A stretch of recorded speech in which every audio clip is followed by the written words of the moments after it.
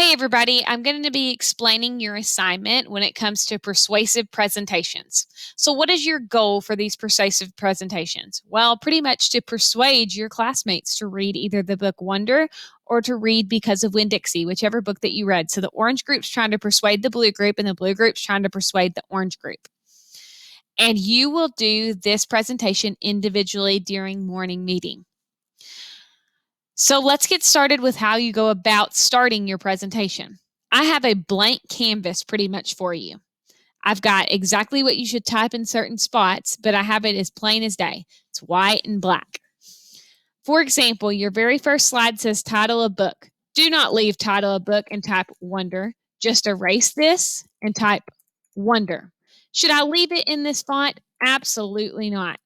You have title of book. I'm going to change this. You have all these fonts to choose from. So there's really no reason why you're still in Arial. Okay. You have all these fonts. So jazz it up. You will be graded based on your speaking and listening skills and based on being able to follow direction and make sure that this presentation looks jazzy, looks appealing to the eye, and that you're giving enough information on it. So you'll put the title of the book, and then you're going to, where it says by is where you're going to put your name. So if this is Lucy Ann, you'd put by Lucy Ann Long. The very first slide you're going to talk about is things to know. Okay, you're going to tell whose point of view is this story being told from. So first or third person point of view and which character. Then you're going to tell me the main character or some main characters. And then you're going to tell me the setting. Remember, setting is when and where a story takes place.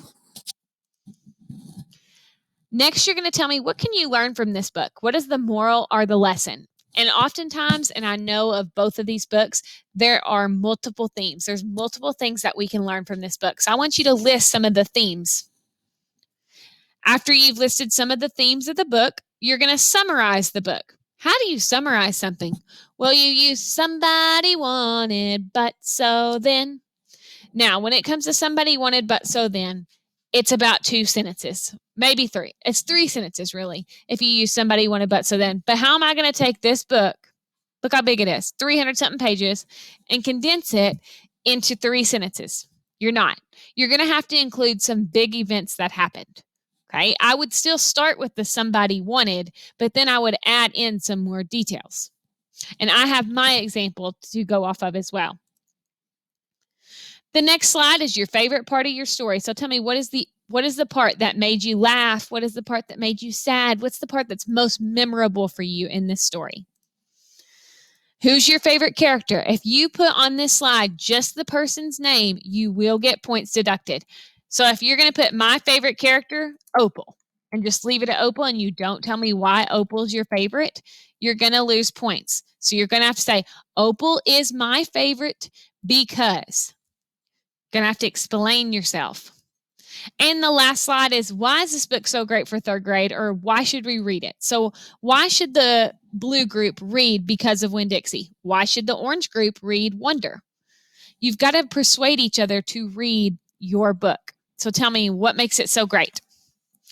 So I've got an example of my own, and I'm going to present this on Friday as an example so that you guys know what I'm expecting. But notice how I have jazzy font on there. I have pictures all throughout that I uploaded from. I either copy and pasted it or I uploaded it to the Google slide. And I also made sure that the background was pretty. Okay, you don't want to leave it black and white. That's just not visually appealing. People are going to be falling asleep during your presentation if you got black and white as your Google slide. Okay, so I went through my things to know. There's my theme.